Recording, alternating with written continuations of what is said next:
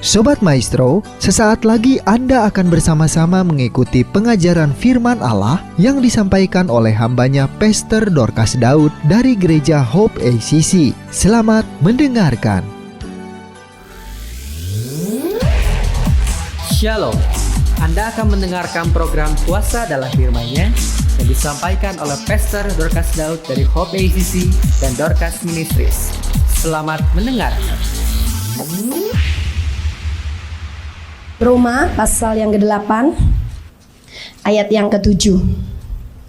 Keinginan daging adalah perseteruan terhadap Allah karena ia tidak takluk kepada hukum Allah. Hal ini memang tidak mungkin baginya. Saudara, sejak kita mendengar Injil dan kemudian kita mempercayai Injil, kita percaya bahwa Yesus mati di kayu salib untuk menebus dosa kita, mengampuni kita, menanggung semua kutuk-kutuk kita, dan darahnya tercurah untuk menghapus semua catatan dosa kita.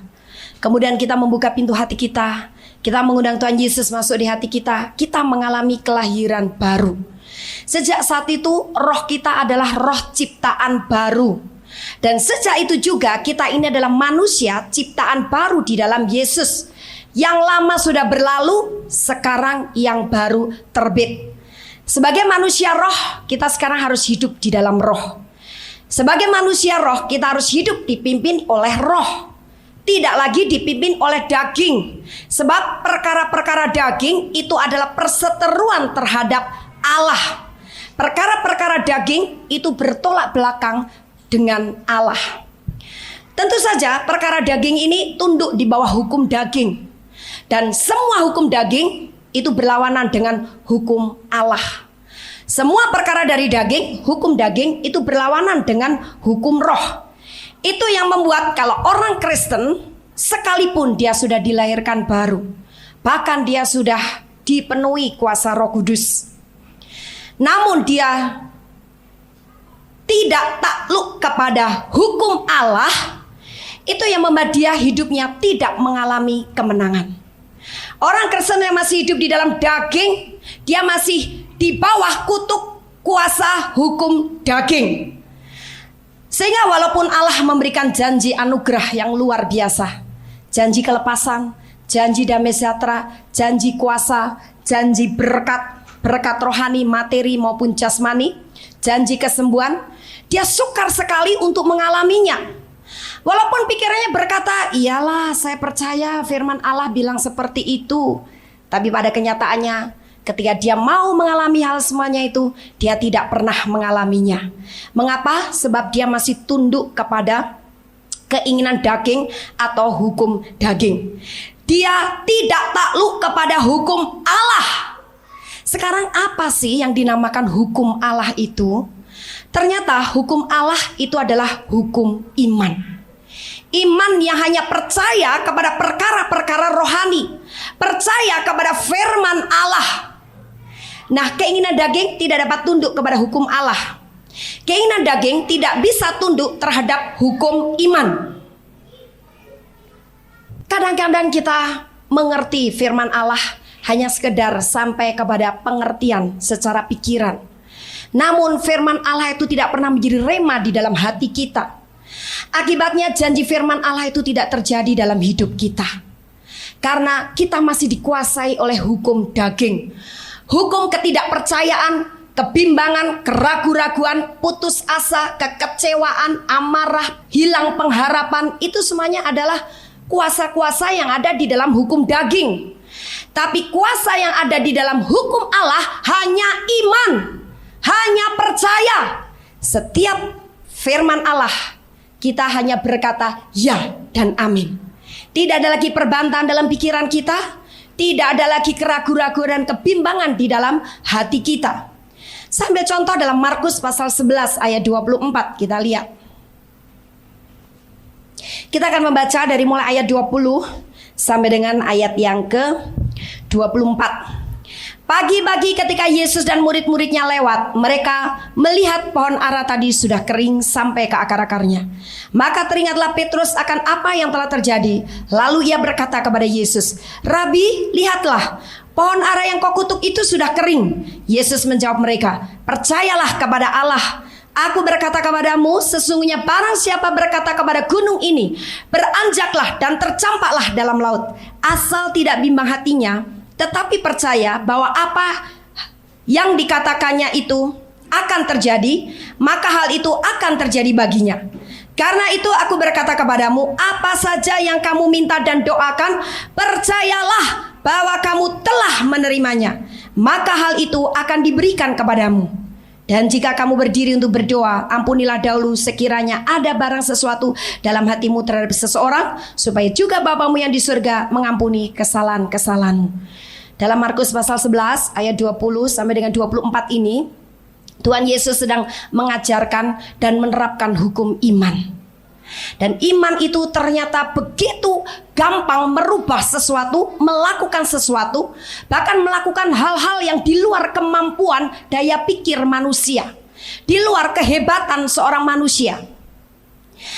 Bayangkan saja, Yesus hanya sekali berkata kepada sebuah pohon, terkutuklah dan engkau menjadi kering sampai seakar-akarnya.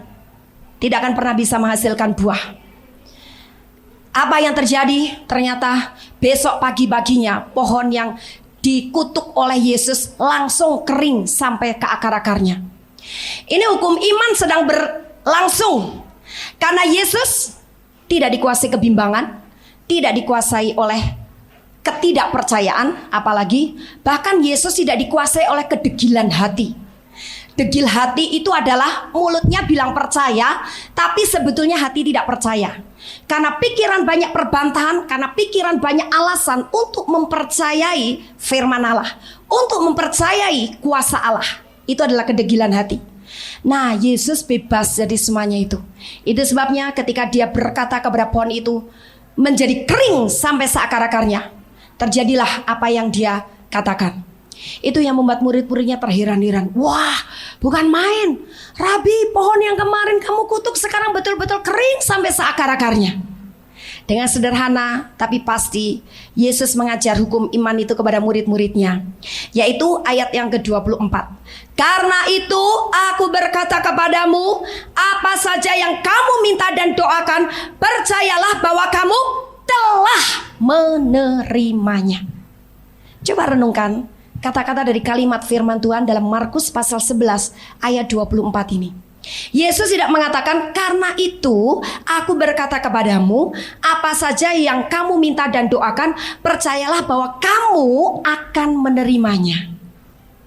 Yesus tidak berkata seperti itu. Tapi banyak kali konsep dalam pikiran orang-orang Kristen, kalau dia berdoa sesuatu, dia punya iman katanya, tapi imannya adalah dia akan menerima. Padahal Yesus mengatakan hukum iman itu bukan berkata akan, tapi hukum iman itu berkata telah menerimanya. Sekalipun kenyataannya loh, buktinya tanganku belum menerima apa-apa. Saya belum mengalami apa yang saya doakan. Saya belum mengalami kemenangan. Tapi tetap kalau engkau berpaut hatimu kepada hukum iman, maka yang kelihatannya mustahil, kelihatannya tidak mungkin itu bisa terselesaikan, kelihatannya masalah itu begitu sukar, kelihatannya penyakit itu begitu parah, kelihatannya betul-betul kita sudah menemukan jalan buntu, ternyata dengan sangat gampang itu berubah menjadi satu kemenangan di pihak kita. Tapi sekarang di manakah hati dan pikiran kita berada? Apakah kita mau masuk ke dalam dunia hukum iman, ataukah kita mau tetap hidup di dalam hukum daging? Kalau Anda tetap berkanjang dalam hukum daging, dalam kehidupan sehari-harimu ketika menghadapi masalah, problem dan hidup ini, maka kekalahan yang akan Anda peroleh. Tapi kalau engkau mau memasukkan diri tunduk kepada hukum iman, maka kemenangan demi kemenangan itu akan terjadi dalam hidupmu. Bahkan kemenangan itu kadang-kadang membuat kita sangat terheran-heran. Tuhan, ternyata begitu gampang dan begitu mudah. Dulu saya pikir untuk menyelesaikan masalah ini saya membutuhkan waktu bertahun-tahun. Dulu untuk saya minta supaya suami saya kembali. Mungkin suaminya sedang digoda oleh wewe gombel. Ternyata sekarang dalam waktu singkat suami saya bisa dikembalikan kepada saya. Begitu banyak hal yang bisa terjadi dengan gampang sekali kalau apa kita mau menundukkan diri kepada hukum iman. Sudah saatnya sekarang orang Kristen berpindah dari alam hukum daging ke dalam alam hukum iman. Sekarang alam hukum daging itu sudah ditinggalkan jauh-jauh. Sekarang kita harus mempercayai hukum iman. Karena sejak kita dilahirkan baru, sebenarnya kita sudah mempunyai dunia yang baru. Kita dikelilingi oleh masyarakat yang baru. Kita berada di daerah yang baru. Dan daerah itu adalah daerah iman, daerah orang-orang percaya. Daerah itu adalah kerajaan Allah yang menjamin seluruh kehidupan kita. Sekarang kita harus rela meninggalkan daerah yang lama dan kita memasuki dalam daerah yang baru. Kita sekarang harus rela memisahkan diri dari masyarakat dunia daging. Sekarang kita masuk bergabung dengan masyarakat yang tunduk di bawah hukum iman. Banyak orang Kristen berkata bahwa dia punya iman, dia percaya. Buktinya, kalau aku tidak percaya sama Tuhan, aku nggak mau tiap hari Minggu datang ke gereja. Aku tidak mau jauh-jauh ikut seminar. Aku tidak mau malam-malam ikut KKR. Aku tidak mau tiap seminggu sekali datang ke persekutuan doa mungkin. Tapi iman itu bukan hanya sekedar perkataan. Hukum iman itu harus betul-betul menguasai alam pikiran kita. Sehingga alam pikiran kita sekarang tidak akan tergoyahkan oleh keadaan apapun yang sedang kita lihat dengan mata jasmani. Katakanlah Anda menghadapi anak yang sakit dan dokter mengatakan, wah, penyakit anakmu ini sudah begitu parah. Rasanya ini kamu kirim aja deh ke Singapura. Dan di Singapura pun saya juga tidak menjamin apakah dokter di Singapura itu bisa menyembuhkan penyakit anakmu.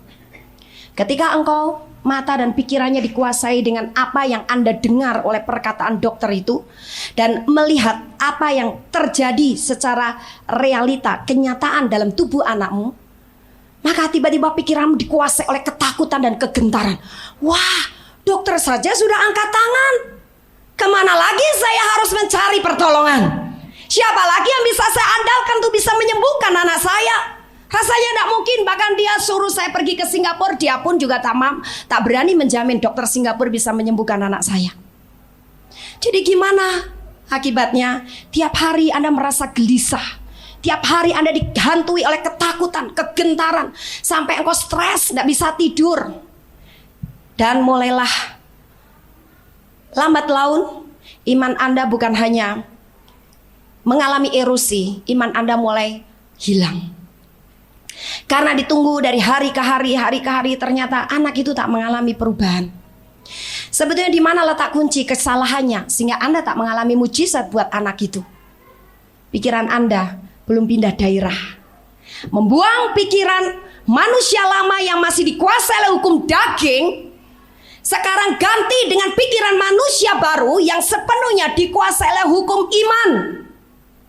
Banyak orang Kristen sayang untuk membuang pikiran manusia lamanya. Karena rasanya ini terlalu normal dan wajar. Memang orang hidup di dunia ini mengalami masalah. Kalau khawatir ya itu sudah semestinya. Di dunia ini memang menghadapi problem. Kalau saya tertekan sudah semestinya. Kalau saya kehilangan sukacita sudah semestinya. Kalau saya gelisah sudah semestinya. Kita terlalu banyak kompromi dengan apa? Tawaran-tawaran yang disediakan oleh setan dan iblis. Dan itu kadang-kadang merasuk pikiran kita sehingga pikiran kita setuju dan kita berpikir, kita berkata itu wajar. Padahal saudara, dalam hukum iman tidak ada ketakutan, tidak ada kebimbangan, tidak ada kegentaran, tidak ada kekhawatiran, tidak ada tekanan. Yang ada adalah kemerdekaan karena kita punya hak untuk menerima anugerah Allah yang luar biasa. Sehingga pikirannya sekarang tidak lagi dikuasai oleh hukum daging yang serba mustahil, serba susah, serba payah, serba terbatas. Tapi pikirannya sekarang dikuasai oleh hukum iman, hukum roh yang berlaku di situ. Ternyata dalam alam roh tidak ada batasnya. Ternyata di dalam alam roh ada kemerdekaan. Ternyata ketika pikirannya diganti dengan hukum iman, maka sesuatu yang tidak mungkin itu bisa terjadi dalam hidupnya. Nah, saya percaya kalau Anda semuanya bertobat dari pikiran manusia lamanya, sekarang pikirannya ganti dengan pikiran yang dikuasai oleh hukum iman, semua Anda bisa mengalami mujizat. Amin. Semua Anda bisa mengalami penggenapan daripada janji-janji firman Tuhan. Dan itu gampang sekali asal kau rela saja dipreteli dari pikiran-pikiran yang tidak cocok dengan firman Allah. Jangan firman itu dibantah terus-menerus. Kalau Anda diajar firman oleh orang lain juga dibantah terus karena pikiranmu juga berbantah-bantah. Tapi kan kenyataannya aku menghadapi begini. Tapi kenyataannya aku tidak bisa. Tapi kenyataannya aku masih sakit. Tapi kenyataannya suamiku tidak dapat kerjaan. Tapi kenyataannya aku tidak punya duit. Orang hidup di bawah hukum iman itu tidak pernah bergantung kepada keadaan. Dan orang hidup dalam hukum iman, dia mengalami kemerdekaan yang luar biasa. Sehingga dia bebas daripada stres, frustrasi, putus asa, kebimbangan, ketakutan, kekhawatiran. Dan orang yang paling bahagia itu adalah orang yang bebas daripada perkara-perkara seperti ini. Tidak ada orang yang lebih menderita daripada orang-orang yang dikuasai oleh kekhawatiran, ketakutan, kebimbangan, frustrasi, stres, tertekan, marah. Itu orang yang paling menderita. Mengapa bisa diserang oleh hal seperti itu? Perasaan gagal, perasaan tidak mampu lagi, perasaan ditinggalkan, perasaan tidak berdaya. Karena kita beralih dari hukum iman, turun levelnya, masuk kepada hukum daging lagi. Kita dikuasai lagi oleh hukum daging, akibatnya sepertinya semua jadi gagal total. Semuanya jadi pudar. Bahkan kita tidak tahu lagi hidup kita itu mau menjadi apa. Kita tidak tahu lagi sekarang ke depannya itu akan terjadi apa, sampai kita juga kehilangan visi. Mengapa? Karena kita meninggalkan hukum iman. Hukum iman itulah hukum yang memerdekakan Anda dan saya. Dan dalam hukum iman hanya berlaku satu hal. Telah. Bukan akan, tapi telah. Coba sekarang kita melihat di dalam Roma pasal yang 10 ayat 17. Kita baca sama-sama. 2, 3. Jadi iman timbul dari pendengaran, dan pendengaran oleh firman Allah. Sekarang, atau firman Kristus. Sekarang bagaimana sih bisa sungguh-sungguh pikiran kita dan hidup kita tunduk takluk kepada hukum iman? Firman lagi mengatakan bahwa iman di dalam kita itu akan menjadi kokoh, kuat, dan bertumbuh kalau kita banyak dengar dan makan firman. Tapi orang senang gemar mendengarkan apa kata orang, apa kata dunia, apa kata setan-setan. Walaupun kelihatannya dia masuknya sangat lembut, sangat apa itu namanya? Ya, sangat bijaksana sekali menggoda dalam pikiranmu. Tapi kalau itu tidak cocok dengan apa yang dikatakan oleh firman Allah, cepat-cepat engkau harus ambil tindakan dan keputusan. Keluar dari otakku dalam nama Yesus. Firman Allah tidak berkata seperti itu, tapi firman Allah berkata seperti ini kepada saya. Itu sebabnya bagaimana supaya kita bisa dengan gampang menghalau semua tipuan-tipuan setan, tipuan omongan-omongan orang, omongan dunia. Kita harus penuh dengan firman. Jangan pernah Anda mengalami kejenuhan di dalam makan firman. Kalau dalam perkara makanan untuk daging kita, suatu saat kita bisa mengalami kejenuhan. Mengapa? Sebab itu adalah perkara daging. Jadi di sini perkara daging itu tidak kekal. Suatu saat dia akan punah, hancur. Suatu saat dia akan hilang. Itu biasa. Terhadap hal tertentu, suatu saat kita akan bisa mengalami bosan dan jenuh. Tapi jangan biarkan kalau Anda mulai dirongrong oleh kejenuhan terhadap makanan yang satu ini. Yaitu makanan apa? Firman Allah. Anda boleh bosan dengan makanan ini, makanan itu, karena itu hanya perkara daging. Itu tidak terlalu penting. Sebab manusia bukan hanya hidup dari roti saja, tapi dari setiap firman yang keluar dari mulut Allah. Tapi jangan pernah engkau menyetujui kalau hatimu, pikiranmu mulai enggan untuk makan firman, enggan untuk dengar firman, enggan untuk merenungkan firman, enggan untuk dengar khotbah. Jangan biarkan itu sementara pikiranmu diseret untuk menerawang kepada hal lain, kepada masalah Anda, kepada masa lalu Anda, kepada orang lain, kepada hal-hal yang lain. Jangan biarkan itu menguasai alam pikiran Anda. Kalau Anda mulai mengalami kejenuhan baca firman, merenungkan firman, makan firman, hati-hati, itu satu alarm engkau sedang mengalami kemunduran rohani. Kalau engkau dahulu mulai getol sekali makan firman, sampai firman itu menjadi makanan pokok, sehari kalau belum makan firman rasanya merasa ada sesuatu yang kurang, hidup ini rasanya belum lengkap. Tapi sekarang tidak baca firman sebulan saja, tenang-tenang saja. belum setahun, nanti ajalah, besok ajalah, hari ini aku sibuk, besok ajalah hari ini, besok sampai akhirnya 1 bulan. Anda tetap tenang-tenang saja. Hati-hati, engkau sedang mengalami kemunduran rohani. Engkau sedang mencapai titik jenuh untuk firman Allah. Dan itu kesempatan bagi iblis dan setan untuk mulai menggoyahkan iman Anda.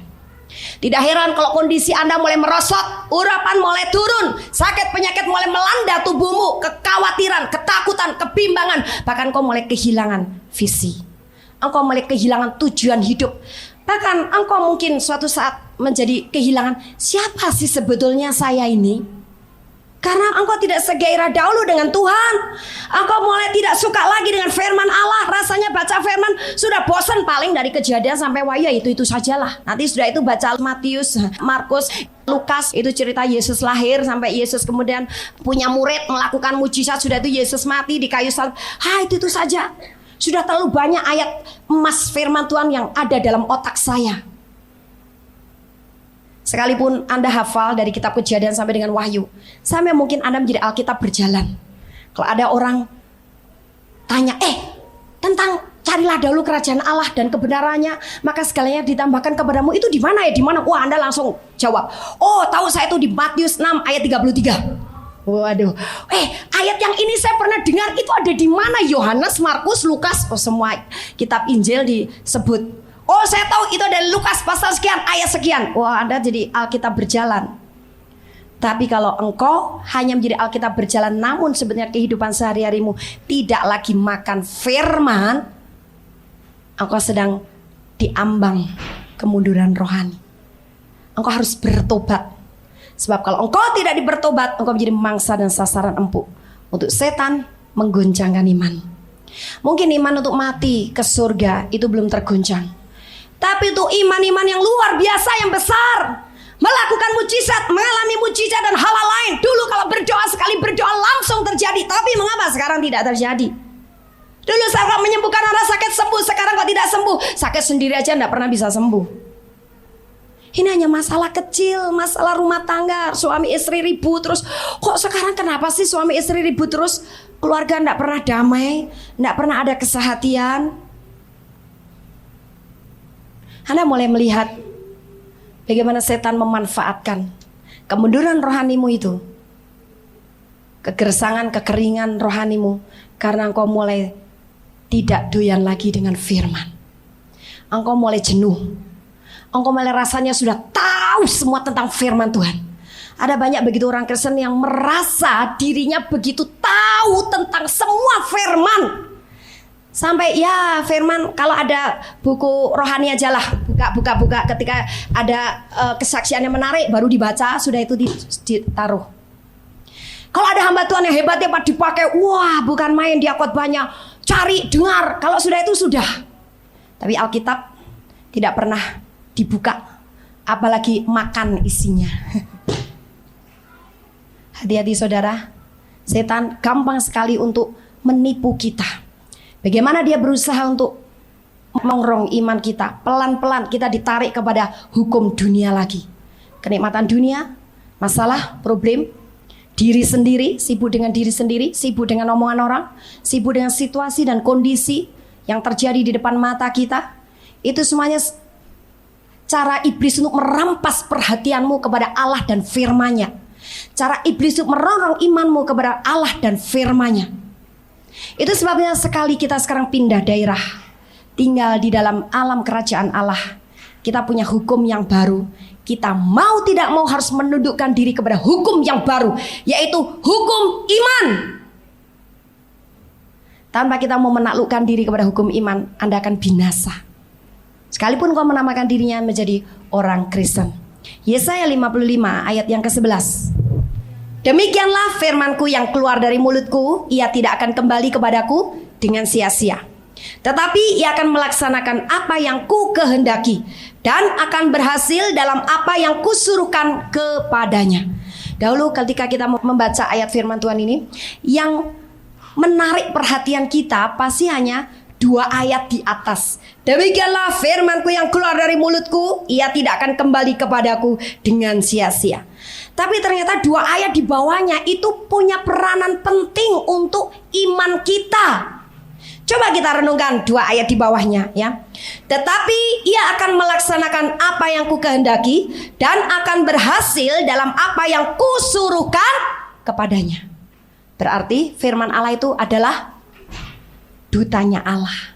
Berarti firman Allah itu adalah utusannya Allah. Bagaimana Anda bisa tunduk kepada hukum iman kalau Anda menolak utusannya?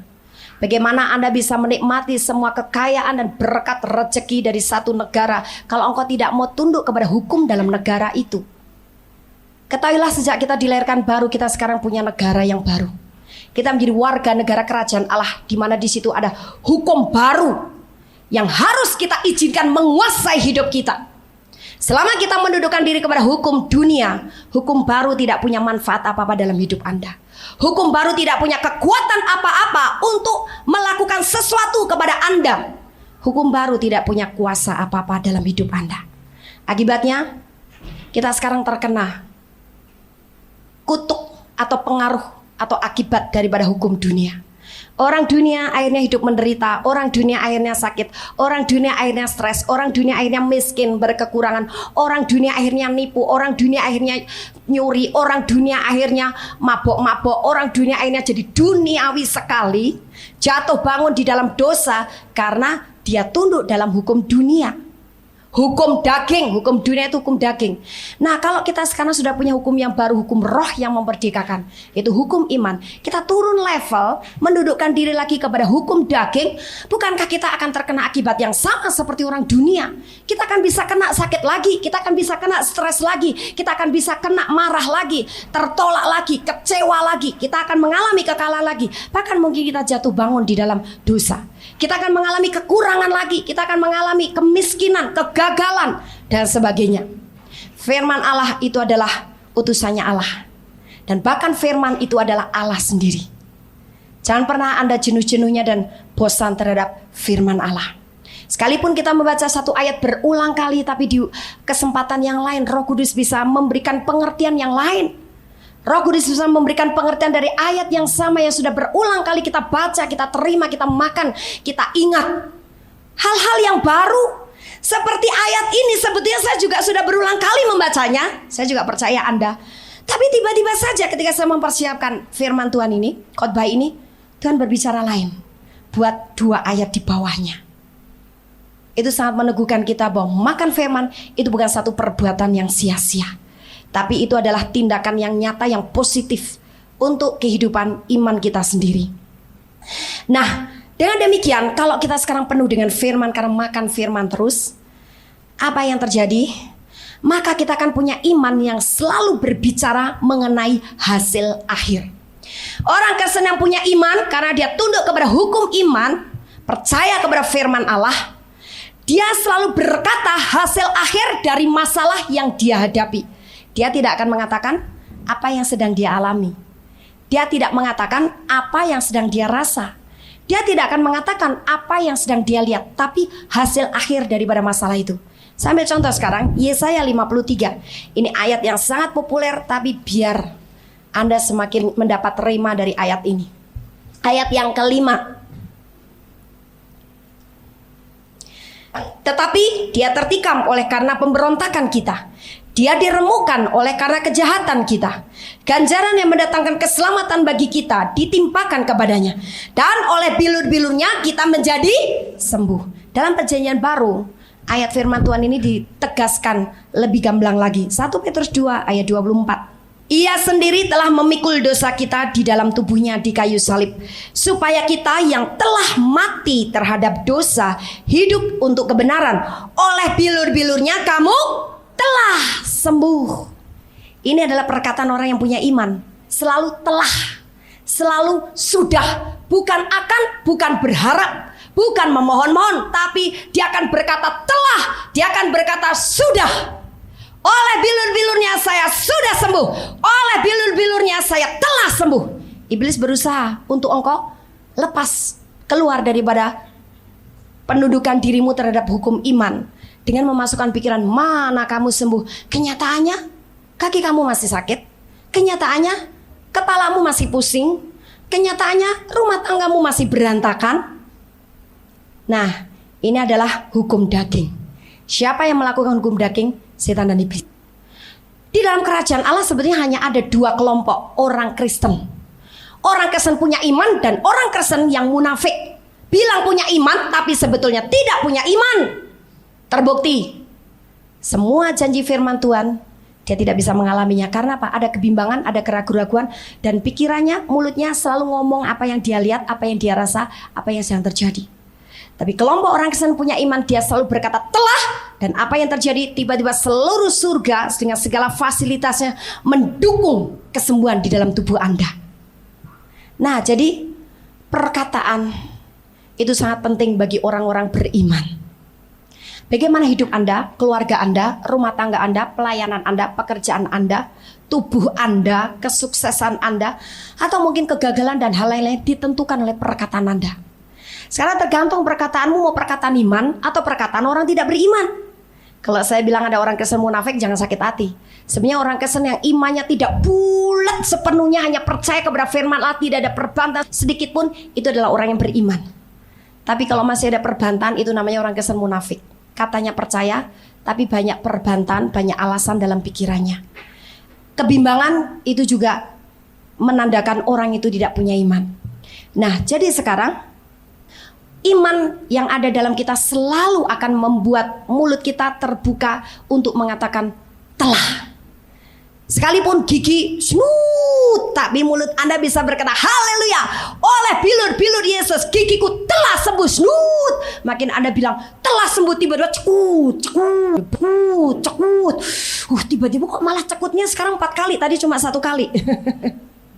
Makin bilang telah, cekutnya bukan hanya 4 kali, sekarang 6 kali. Tapi biarin, tetap bilang telah sembuh. Sekarang ngotot-ngototan sama setan dan iblis yang berusaha memasukkan rasa sakit itu di gigimu atau di bagian tubuhmu yang lain. Tapi kalau engkau tetap bertahan, aku telah sembuh. Siapa yang kalah? Setan dan iblis. Setan dan iblis itu paling takut sama firman Allah. Itu sebabnya orang Kristen yang penuh dengan firman, hidup dalam firman, tunduk kepada firman, berarti dia tunduk kepada hukum iman. Itu orang Kristen yang paling ditakuti oleh setan-setan. Orang Kristen yang paling membuat setan-setan gentar dan kabur dari hidupnya. Jadi sekarang kita harus mendudukkan diri kepada hukum iman. Jangan pernah kita mengucapkan apa yang sedang terjadi atau terlihat, tapi ucapkan hasil akhir yang kita inginkan terjadi. Orang yang sibuk dengan diri sendiri itu capek, lelah, gampang frustrasi dan gampang putus asa karena kita dibuat oleh setan terus-menerus dalam lingkaran-lingkarannya. Tapi orang yang mulai punya perhatian buat orang lain karena sekarang penuh urapan Roh Kudus, penuh dengan firman, sekarang dia bebas daripada lingkaran-lingkaran setan itu. Adalah satu kebanggaan yang luar biasa. Kalau kita ngomong beberapa menit, tiba-tiba orang itu bertobat kepada Tuhan Yesus. Kalau kita tumpang tangan atas orang sakit dan kita hanya berkata sepatah kalimat, jadilah sembuh, engkau telah sembuh, dan orang sakit itu sembuh. Itu satu sukacita yang tidak bisa kita dapatkan dari manapun. Jadi sekarang kita mendudukkan diri kepada hukum roh, berarti kita tinggal di alam roh. Di situ kita bisa punya keleluasaan, kuasa, dan punya kekuatan yang luar biasa untuk melakukan apa saja. Segala sesuatu bisa kita lakukan dan gampang sekali. Roma 3 ayat 26 sampai dengan 28. Maksudnya ialah untuk menunjukkan keadilannya pada masa ini, supaya nyata bahwa ia benar dan juga membenarkan orang yang percaya kepada Yesus. Jika demikian, apakah dasarnya untuk bermegah? Tidak ada. Berdasarkan apa? Berdasarkan perbuatan? Tidak. Melainkan berdasarkan iman. Karena kami yakin bahwa manusia dibenarkan karena iman dan bukan karena ia melakukan hukum Taurat. Saudara, firman Allah ini jelas mengatakan bahwa manusia, ini manusia di dalam Kristus, itu dibenarkan karena imannya. Pertama, kita dibenarkan karena iman kita, Yesus menebus hidup kita sehingga kita menjadi orang benar. Yang kedua, kita menjadi orang benar kalau kita hidup karena iman itu kepada Dia. Jadi sekarang, kalau kita dibenarkan oleh iman kita kepada Yesus, jangan pernah lagi kita memperhambakan diri kepada hukum daging. Jangan pernah lagi kita memperhambakan diri kepada hukum Taurat yang membinasakan. Tapi kita sekarang biar mengalami kemerdekaan dan menikmati anugerah Allah di dalam hukum roh. Karena dalam hukum roh itu ada hukum iman yang menjamin hidup Anda, menjamin kesehatan, Anda, menjamin kemakmuran Anda, menjamin Anda punya kuasa dan urapan luar biasa, menjamin segala sesuatu yang berlimpah-limpah. Karena Yesus berkata, aku datang untuk memberimu hidup, hidup dalam segala kelimpahan. Jadi jangan mau lagi memperhambakan diri kepada hukum daging yang membinasakan dan merugikan kita. Habakuk 2 ayat 4. Sesungguhnya orang yang membusungkan dada tidak lurus hatinya, tetapi orang yang benar itu akan hidup oleh percayanya. Ini menggambarkan orang yang sombong, mengandalkan kekuatan sendiri, mengandalkan kepandaiannya, mengandalkan kemampuannya. Itu orang itu tidak lurus hatinya, hatinya tidak tulus. Kapan orang itu dikatakan tulus dan lurus hatinya, sehingga dia menjadi orang benar? Kalau dia hidup karena imannya kepada Tuhan. Kalau dia hidup karena imannya kepada setiap firman Allah, maka engkau menjadi orang yang sangat tulus. Engkau menjadi orang yang benar di matanya Allah. Apa saja sekarang hadapi dengan iman. Sekalipun kelihatannya mungkin Anda seperti merasa dirugikan oleh orang lain, tapi hadapi dengan iman. Maka Tuhan akan berdiri di pihak kita. Orang merasa seperti dia dibela oleh Tuhan ketika ada serangan-serangan tertentu, karena dia tidak menghadapi dengan iman, tapi dia menghadapi dengan perasaan, dia menghadapi dengan emosi, dia menghadapi dengan kekuatan daging. Hanya dia lelah menghadapi serangan itu. Akibatnya betul-betul dia kena serangan setan. Saudara, berapa kali pelayanan yang saya bina, yang kami rintis, setan berusaha untuk menghancurkan, setan berusaha untuk memporak-porandakan, setan berusaha untuk memecah belah. Tapi saya tetap hidup kepada iman. Saya percaya apa yang sedang kami lakukan ini semuanya adalah visinya Tuhan. Ini adalah perintah Tuhan, kami hanya melakukannya. Tenang-tenang saja, saya siap ada hal-hal yang seperti itu. Malah kadang-kadang saya jatuh kasihan untuk orang-orang yang mau dipakai oleh setan mengadu domba, menghasut, memecah belah. Kadang-kadang saya malah kasihan. Apa yang terjadi? Tidak lama lagi Tuhan pasti melakukan pembelaan. Dan betul, nggak usah diukur dari segi waktu. Kadang-kadang dalam waktu sekejap, Tuhan menyatakan kebenaran di pihak kita. Jadi jangan pernah undur kalau engkau memang benar hidup di dalam iman. Bahkan sekalipun kau menghadapi problem yang kelihatannya sangat merugikan engkau. Saudara, saya pernah bersaksi dalam satu kebaktian. Saya berkhotbah, dan dalam khotbah itu selesai khotbah saya panggil orang-orang, siapa yang mau maju didoakan. Banyak orang maju, hampir semua yang hadir dalam kebaktian itu pada maju. Tentu saja para pelayan Tuhan sibuk untuk ngurusin jadi catcher orang-orang yang maju itu. Karena ada yang roboh, ada yang manifestasi, ada yang nangis ya. Pada waktu saya mau khotbah, saya taruh tas saya di kursi. Dan ketika selesai berkhotbah acara-acara itu, saatnya acara untuk persembahan. Ketika saya mau duduk, loh, tas saya sudah kemana? Ini tas Alkitab saya masih tergeletak di kursi yang sama, tapi tas saya sudah tidak ada. Saya cari kemana? Betul, tas saya sudah terlempar beberapa kursi ke belakang. Di belakang sana, tapi tidak terlalu belakang, kira-kira 4 kursi dari depan. Saya duduk paling depan. Tiba saya merasa, wah, itu dompetnya jangan-jangan jadi kosong itu. Karena tiba-tiba terlempar ke sana. Akhirnya saya ambil itu tas. Betul saudara, saya bawa 200.000 lebih berapa rupiah. Rupiahnya ini anak kembalian bayar tol. Saya tidak ingat berapa rupiah yang tersisa, tapi di situ yang 50-an itu 4 biji. Waktu saya buka bersih sampai ribuan-ribuannya. Waduh, ini betul-betul pembersih nih orangnya. Sampai ribuan aja disikat habis. Berarti ada yang ngambil. Waduh, saya malu sekali nggak bisa masuk persembahan. Saya bisik-bisik pada seorang pengerja, aduh, saya nggak bisa masuk persembahan ini. Dompetku jadi kosong. Saya bilang, oh ya. Tapi pelayan Tuhan ini, dia sudah tahu, wah ini duitnya hilang ini. Saya bilang, oke, jangan ribut dulu. Saya nggak mau suasana kebaktian itu terganggu oleh hal-hal seperti itu. Jadi saya bilang, tenang aja. Terus selesai itu kami doa penutup bersama-sama. Dan saya bilang, ya saya sih bukan masalah, justru saya bersyukur. Yang hilang itu uang saya. Mereka belum tahu sebetulnya arahnya kemana nih omongan saya. Oke lah, saya punya iman. Tuhan, aku hilang 200.000, engkau mengganti 20 juta. Tiba-tiba aja nyeplok 20 juta gitu.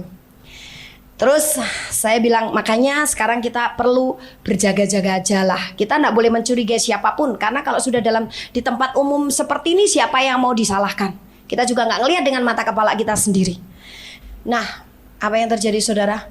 Tidak sampai 3 hari, 2,5 hari, betul-betul iman saya mengatakan, aku tidak akan buntung, namun aku untung.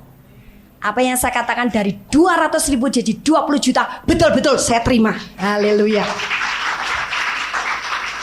Nah, ini namanya iman menghadapi masalah. Kalau pada saat itu terus saya nangis, waduh Tuhan, 200.000, aduh saya siapa, ayo kita cari semua. Saya marah dan saya kemudian, waduh kok 200.000 hilang. Tapi saya kemudian menjadi kecewa, bahkan mungkin saya jadi nggak senang, saya kesel, saya jengkel. Saya tidak menghadapi dengan iman, betul-betul saya buntung. Tapi karena saya menghadapi dengan iman, oke, 200.000 hilang, aku anggap itu, aku menabur dengan iman, aku akan menuai 20 juta. Persis 20 juta, memang yang berapa ribu itu enggak saya hitung. Itu enggak masuk dalam kalkulasi otak saya, yang saya hitung cuma 200.000. Itu sebabnya saya bilang 20 juta, betul-betul jadi kenyataan. Nah saudara, jadi kalau kita hidup dalam hukum iman, semua jadi serba gampang. Amin. Kalau semua orang Kristen hidup dalam hukum iman, tidak ada orang Kristen stres, tidak ada orang Kristen merasa dirugikan, tidak ada orang Kristen sakit-sakitan, tidak ada orang Kristen sampai frustrasi dan kecewa berat dengan Tuhan. Sekarang Roma 1 ayat 17. Sebab di dalamnya nyata kebenaran Allah yang bertolak dari iman dan memimpin kepada iman. Seperti ada tertulis, orang benar akan hidup oleh iman. Kalau Anda orang benar, Anda harus hidup di dalam iman. Untuk apa saja. Jangan hidup di dalam kekhawatiran dan ketidakpastian. Galatia 3 ayat 11.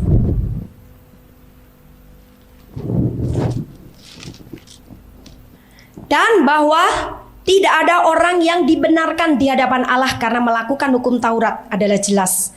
Karena orang yang benar akan hidup oleh iman. Jadi beberapa ayat menegaskan dan mengajar kita, sebagai orang benar kita harus hidup hanya di dalam iman saja. Selain iman, cepat tendang dia keluar. Sebelum betul-betul engkau kecurian iman itu sendiri, kita harus segera halo roh itu. Jadi sekarang kesimpulannya adalah, sebagai orang Kristen kita harus menjadikan iman itu adalah cara hidup kita atau pola hidup kita. Sekarang tinggalkan lagi sistem daging dan kita hidup di dalam hukum iman. Kita harus masuk kepada dunia yang penuh dengan anugerah. Kita sekarang masuk dalam alam yang penuh dengan kemuliaan Allah. Di situ adalah daerah terang, di mana terang, semua berkat sudah tersedia, kita tinggal mengambil dan menerimanya. Jangan pernah lagi kita dikuasai pikiran ini dengan kegelapan, karena kita menundukkan diri kepada hukum daging atau hukum dunia. Dulu kita adalah orang-orang kegelapan, dan kita sekarang kemudian bertobat kepada Tuhan Yesus. Kita ditebus oleh darah Yesus, kita dibenarkan oleh karena Yesus. Kita menjadi imamat-imamat yang rajani. Kita dibawa keluar dari kegelapan kepada terangnya yang ajaib. Sekarang harus tetap tinggal di dalam terangnya yang ajaib. Jangan biarkan kegelapan dari dunia itu mengusik imanmu. Sedikit aja, jangan biarkan. Segala sesuatu yang tidak berdasarkan atau tidak cocok dengan firman, itu bisa merongrong iman kita. Nah, tapi iman itu akan membuahkan sesuatu yang kita harapkan kalau kita bertindak. Kalau kita tidak bertindak, kita tidak melangkah berdasarkan iman itu kepada firman Allah, maka kita tidak akan mendapatkan apa-apa. Yakobus bilang, kita lihat Yakobus pasal 2 ayat yang ke-14 sampai dengan ayat yang ke-17. Apakah gunanya, saudara-saudaraku, jika seorang mengatakan bahwa ia mempunyai iman, padahal ia tidak mempunyai perbuatan?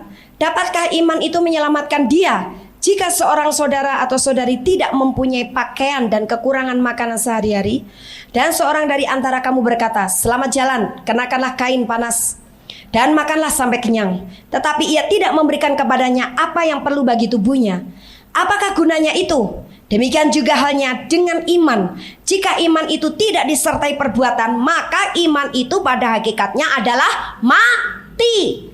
Jadi kalau Anda bilang aku adalah orang benar, itu sebabnya aku hidup dalam iman, engkau harus bertindak sesuai dengan imanmu. Iman tidak hanya diucapkan melalui mulut, tapi sebenarnya tindakan-tindakan kita bukan mencerminkan orang yang beriman. Ada banyak orang Kristen pengen berbahasa roh. Dan ketika orang itu datang kepada saya akan terangkan janji firman Tuhan. Dan biasa untuk hal seperti itu saya akan berikan Lukas pasal yang ke-11 ayat 9 sampai 13. Betapa gampangnya untuk kita menerima Roh Kudus dan karunia-karunianya, termasuk karunia berbahasa roh. Engkau minta, engkau dapat. Karena anak dunia saja kalau datang kepada bapaknya minta ikan, pasti bapaknya memberi ikan. Tidak akan mungkin memberikan ular. Kalau anaknya minta telur, pasti diberi telur. Tidak akan mungkin bapaknya memberikan kalajengking. Yesus sendiri yang berkata, selebihnya, kalau bapak dunia yang jahat saja tahu memberi permintaan anaknya, apalagi bapakmu di surga. Kalau kamu minta Roh Kudus, kamu terima Roh Kudus, atau Bapak di surga memberimu Roh Kudus.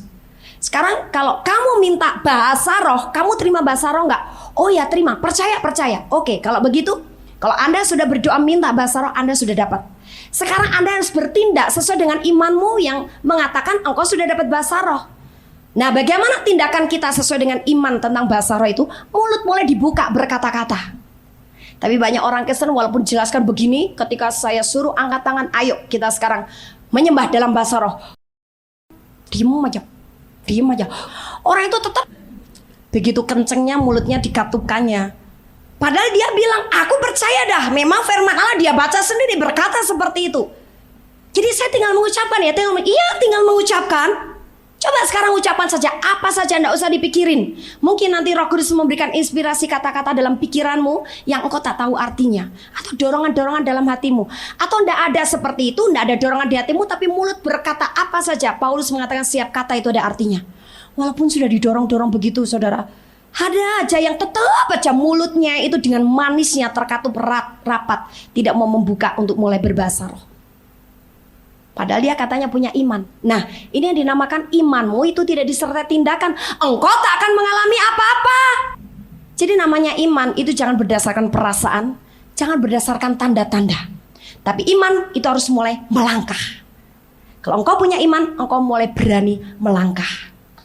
Ada orang Kristen, dia percaya kalau dia kena urapan, kalau disertai dengan tanda-tanda dan wah betul ini urapan Roh Kudus, karena tubuhku merinding semuanya. Wah, kalau mulai giginya gemeretuk, mulutnya mulai goyal-goyal gitu. Wah, ini aku dapat bahasa roh. Tapi kalau tidak mendapatkan sesuatu, walaupun dia sudah minta, walaupun dia sudah didoakan, dia tidak merasakan sesuatu. Wah, ini Tuhan belum mengurapi saya. Wah, ini saya belum dapat bahasa roh. Itu namanya tidak punya iman. Saya tidak akan berkata ada orang Kristen yang punya golongan iman setengah atau seperempat atau 3/4, tidak. Saya hanya kelompokkan orang Kristen yang punya iman dan orang Kristen yang tidak punya iman. Dan orang Kristen yang tidak punya iman itu adalah orang Kristen yang munafik.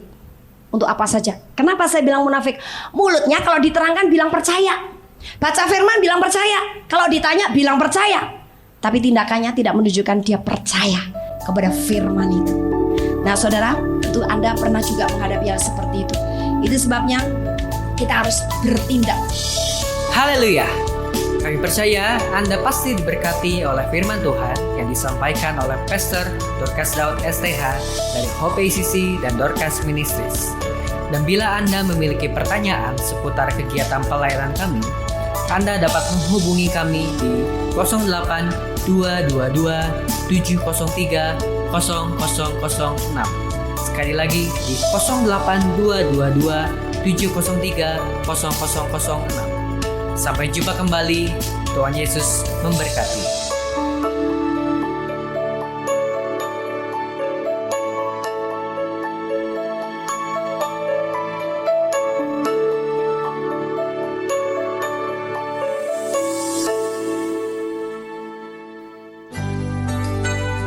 Demikianlah firman Tuhan yang berkuasa telah kita dengar bersama-sama.